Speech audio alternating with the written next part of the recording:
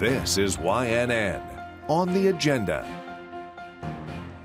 With the legislative session less than a month away, the Texas House is once again faced with choosing one of two candidates for Speaker. YNN's Harvey Kronberg explores why there may be less here than meets the eye. Last week, one-term Tea Party favorite David Simpson announced a challenge to Speaker Joe Straus. In a sense, it was deja vu because Straus was also a fairly new member when he beat Tom Craddick in 2009.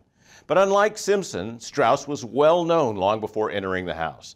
He'd run a congressional campaign, served in Republican administrations in D.C., and his family helped build the Texas GOP. Speaker Craddick ran the House with an iron fist. The ringleaders of the revolt that elected Straus included many of Craddick's own Republican committee chairmen.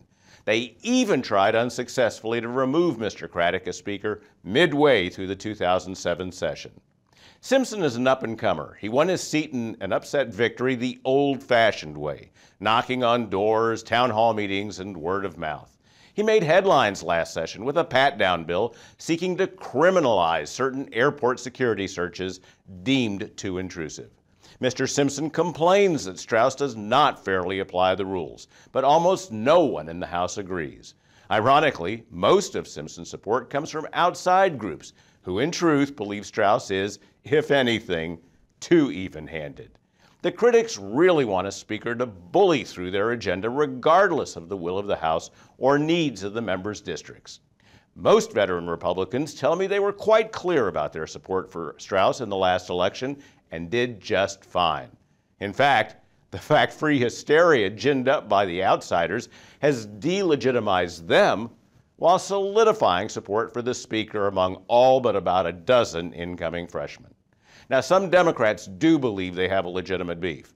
The House passed a redistricting bill and a photo voter ID bill that two separate groups of federal judges said intentionally discriminated against minorities. A handful of Democratic protest votes are possible, but my count has the speaker winning by well more than 2/3. Now, anything can happen, but while Mr. Simpson has garnered some headlines and notoriety, his challenge does not yet rise to the stature of a real race for Speaker. And that's what's on the agenda. I'm Harvey Kronberg, and you can find me at quorumreport.com.